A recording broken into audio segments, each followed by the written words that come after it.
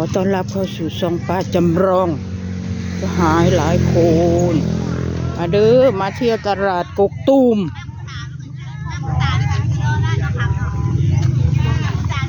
เที่ยวตลาดกกตูมนะคะ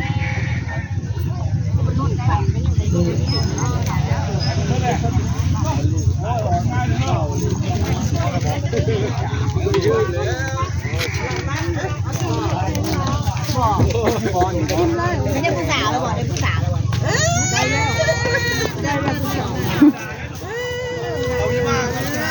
อะไรนะน้อยมันต้องใช้ความแข็งผู้สาวไปโอ้ยอะไรคะเอาคือได้เลยเนี่ย กินอยู่บ้านเดียวนะ มันกินแล้วเลยใครเข้มอร่อยอยู่อร่อยเลยนะคะมีแต่คู่หาแล้วบอกอันนี้อันนี้แล้วกันไปไปโคตรเนี่ยไปของว่ามันนี่นาเนาะแม่มันเด็ดทอดมันจะเป็นยาวเนี่ยแม่ไปร้านค้านั่นบ่มาบอก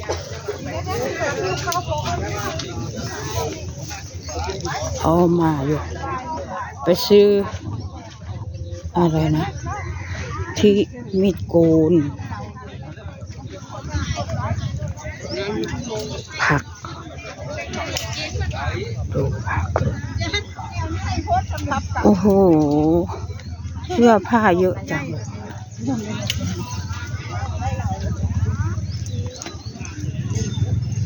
ทรงทิมโค้งแล้วได้ไปลืมเลยตัวนี้เด่นเกินตัวนี้เป็น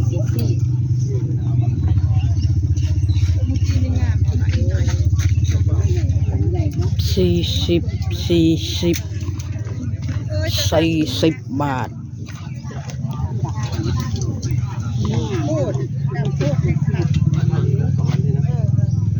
ครับเดี๋ยวขอกางร่มให้ลูกค้าก่อนร้อนเลย หนาวมันร้อนทิ้งแค่ตัวนี้นะเป็นแบรนด์ญี่ปุ่นนะครับเนี่ยได้แล้ว ไปซื้ออันนั้นก็เสื้อชุดดำใช่ปะเอามีเสื้อสีดำคือมืออะไรบอก จ้ะเป็นปีเพื่อนละหนูนะ เป็นปี เป็นปีเพื่อนละหนู ถ้าใช้ชุดแดงไม่ได้เลยเนาะกางเกงหรืออะไรวะน้องใหญ่เนี่ย นักตัวนี้มันจะออก ก็ร้อนเหมือนเดิมนั่นแหละ ร้อนอยู่แต่ว่ามันก็นั่นเลยโอ้ย ร้อนอยู่ก็กางให้เจ้าของพร้อม ยังไงนะมันจะกลับหูทำกลับหูเขาเลยมันละ90ตัวนี้เป็นกินจืด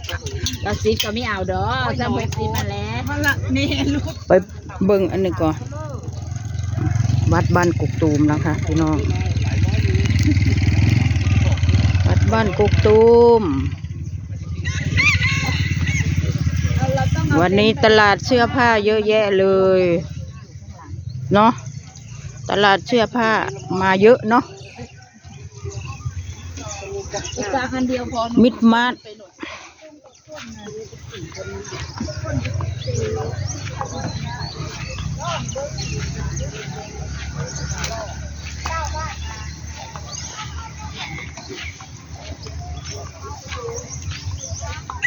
แอมซื้อหยังซื้อผลไม้ซื้อเพอ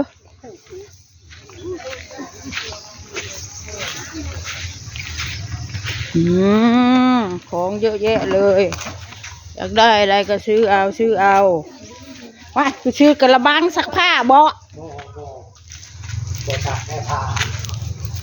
อันนี้อันเท่าไหร่ยายฮะ90 บาทเลยเฮ้ย90เอาไปถู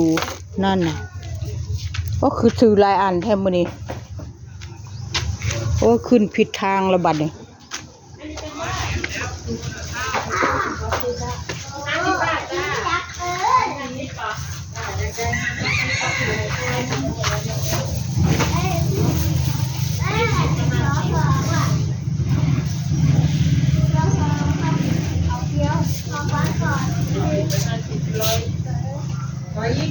สีใดเนาะ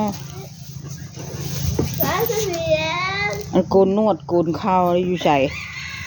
คือมีเห็นเนาะบอมีดมันไหมมาอ๋อมีดมันแบ่งเอาไปถู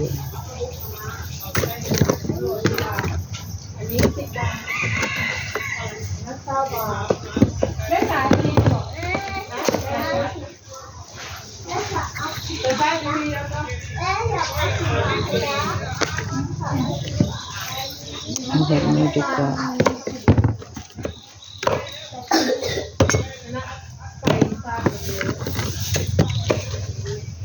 เอาไปถู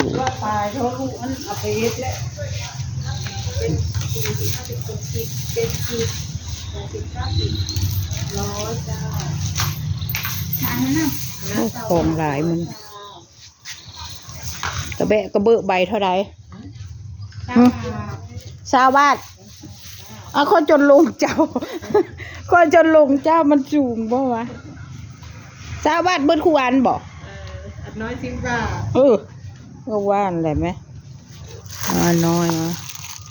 แบะสีชมพู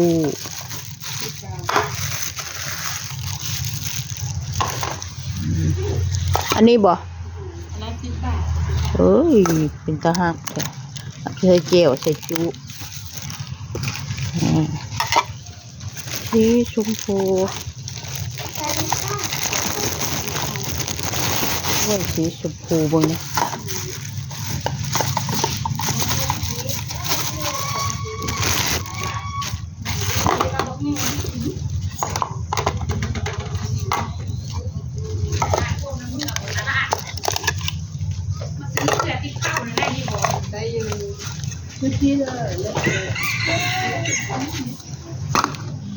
เขาเอาสายมาขายที่เลิกนี่นะสายเบสนั่นนะสายผ้าโบนะใช่แบบสายที่ค่อยสิค่อยนะหาสายชาร์จรถเอาก็คือลูกตัวไหนได้ก็ซื้อหลายแบบลูกตัวรถก็ได้หลายเถอะซื้อหลายเถอะโอ้ยนั่นอันนี้เอาถือไว้ก่อนแสดงว่าถือเติมสองก็คือผักไอ้ผักละมุดถึงจะได้กวางแล้วก็เม็ดผักเอาเม็ดผักไปซื้อดูดิต้นน้อยอันนี้นะชักบ้านที่20 บาทได้20 บาทเอาไปถือนั่นเลยยายเอ้ยอันนี้เม็ดผักถั่วมันสี่ใหญ่สี่ใหญ่ใส่อันนี้โบใส่ลัดเลยสี่น้อยมันจะบาทสี่น้อยเลย20 บาทนั่นน่ะแม่บาทใส่ไหมนะใส่ละ50 บาทเชื่อผักกาดหินบ่นี่บ่แม่เน่ผักกาดซอยมาทุกคนจะไปปลูกผักกาดเอาซื้อใส่ผักเถื่อนไม่ได้นะแม่แค่ไปปลูกผักบ่เขาจะไปปลูกผักฮะเขาจะไปปลูกผักขายเลี้ยงงัวนั่นค่อยไม่ได้เลี้ยงเดี๋ยวนี้ค่ะค่อยขายได้3 ปีแล้วจ้าเป็นเจ้าฉลาดเนาะเจ้าเนาะโอ้ยมันทุกข์ค่ะดิฉันเลยขี้เกียจแม่นถูกต้อง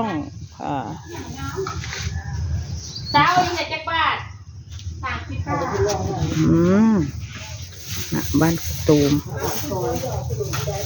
โอเคค่ะขอจบคลิปแค่นี้ค่ะลืมกดไลค์กดแชร์กดติดตามให้ยายเลยนะคะ